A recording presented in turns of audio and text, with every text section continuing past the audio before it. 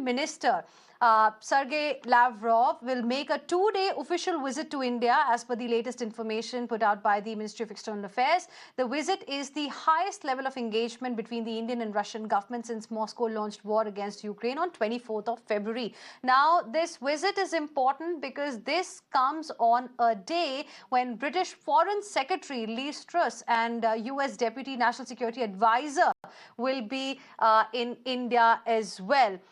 Let's go across to my guest joining us on the broadcast this evening. We have former diplomat Ashok Sajjanhar joining us on the broadcast, and J.K. Tripathi, former diplomat, also live with us on the broadcast. Good evening to both of you, gentlemen. Thank you for joining us here on Urban Debate on Mirror Now. Ambassador Sajjanhar, I want to first begin the discussion with you. It's an important day as far as the crisis is concerned. 31st of March, Russia's foreign minister is going to be here. UK's secretary is going to be here. What is it that you are looking forward to? Because here India, will actually have to talk to the Ukrainian side and the Russian side. Yeah, thank you very much, Hina. Thank you for having me on your program. And as you mentioned very correctly, these are two important visits that are taking place.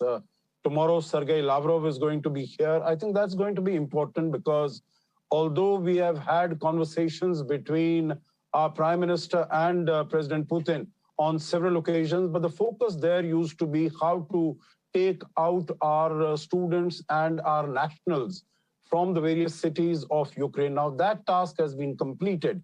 But in all those conversations also that Prime Minister Modi had with Putin, he had made it very clear that there should be de-escalation, there should be a cessation of hostilities, there should be a cessation of violence, there should be a direct conversation between President Putin and President Zelensky so that some way out could be found. So here, this would be an opportunity to have a direct face-to-face contact with Sergey Lavrov. I think it will give us an opportunity to find out what is the progress of the war. And also, I think, again, it will be an opportunity for us both at the level of the External Affairs Minister. I'm not very certain right now whether the ministry has announced that there will be a call by Lavrov on the Prime Minister. But hopefully, if that takes place, I think that will be another opportunity to tell the visiting dignitary that the war should be wound down, there should be cessation of violence. And I think it is good we will project it as a good friend of the Russian Federation, that it is in the benefit, it is in the interest of Russia itself, for its image, for its prestige, for its profile. Its prestige has been hugely dented as a result of this conflict, which was launched on 24th February. So I think there will be time for some frank talking. And India, of course, is concerned by the fact that, there has been a violation of territorial integrity, there's been a violation of sovereignty, there's been a violation of the UN Charter. So on all those aspects, I think it is going to be a good conversation. And also, we are perturbed to witness that Russia is getting increasingly closer to China. And Lavrov is coming to India from Beijing after attending this meeting on Afghanistan. With Liz Truss and the Deputy National Security Advisor of the United States, again, I think it is these are going to be important talks, important discussions, and basically to send out a message to them that, although we might have abstained in all the discussions at the UN, whether UN Security Council, UN General Assembly, UN Human Rights Council, but our explanation of votes in all these fora has brought it out very clearly that India stands strongly for maintenance, for observance of the provisions of the UN Charter, and also that there should be total cessation of violence, that there should be territorial integrity and sovereignty has to be respected. And in that context, I think the sort of comments that have been coming from Mr. Biden, who said that India's position is somewhat shaky. I think this would be another opportunity to explain our view, our position to the European and to the American side, as we had done to Victoria Nuland when she was in India recently. Okay. Ambassador Tripathi, what is it that you will be looking forward to as far as the talks tomorrow are concerned? One thing is important here. Russia's foreign minister is coming after visiting China. So even that becomes important. What is it that you are looking forward to? Look, this visit itself becomes important in the sense that this is closely at the heels of visit of Chinese foreign minister, and especially now when Deputy Secretary of State of US and British foreign secretary are here.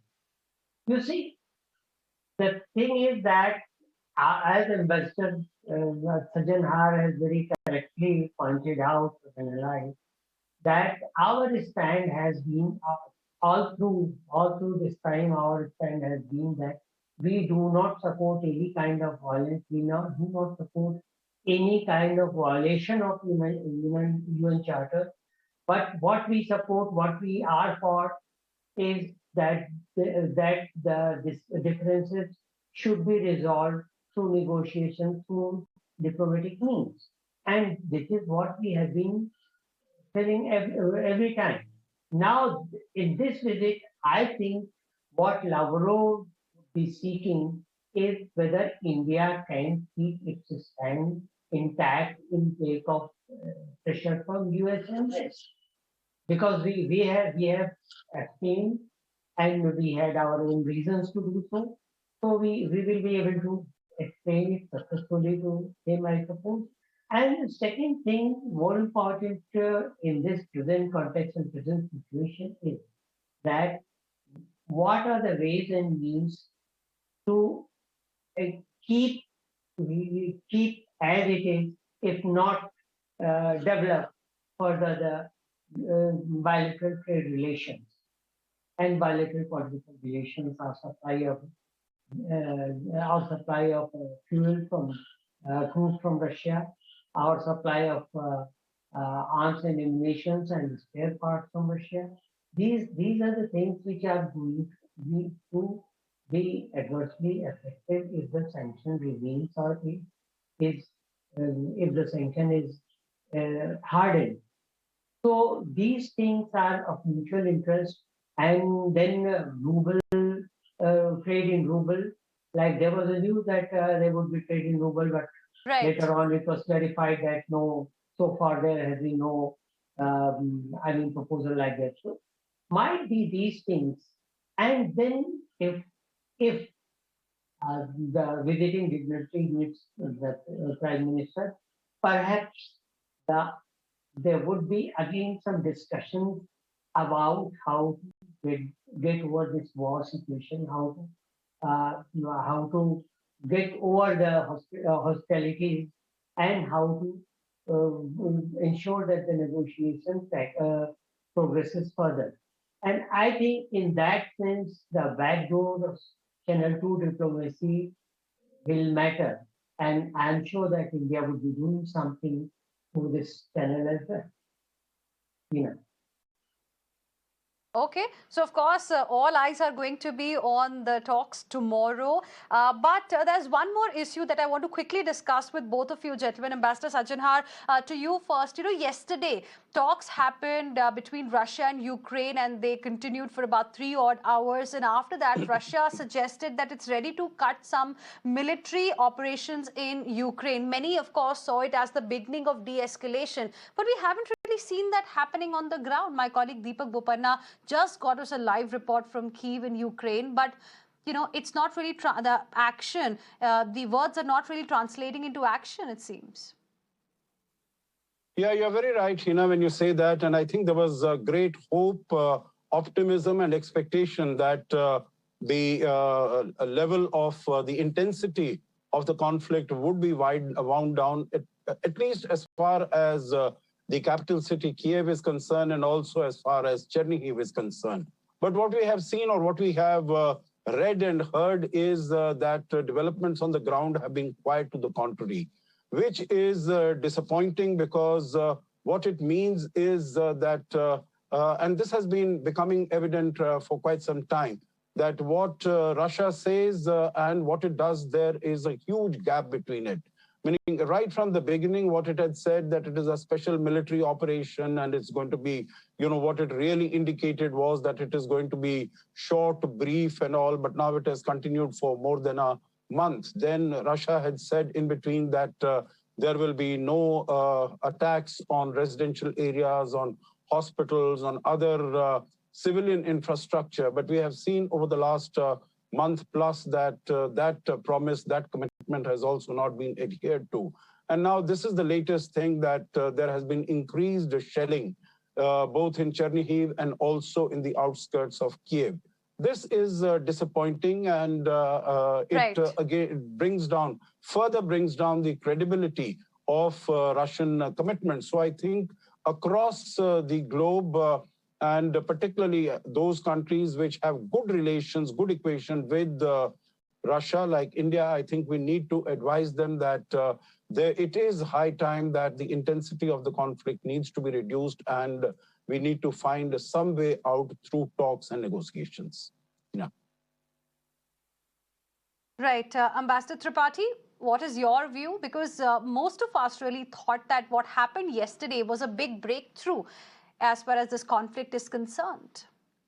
Well, Hina, I think that whenever there is a war between two diametrically opposite sides, then what happens is we cannot expect the cessation of hostilities all of a sudden.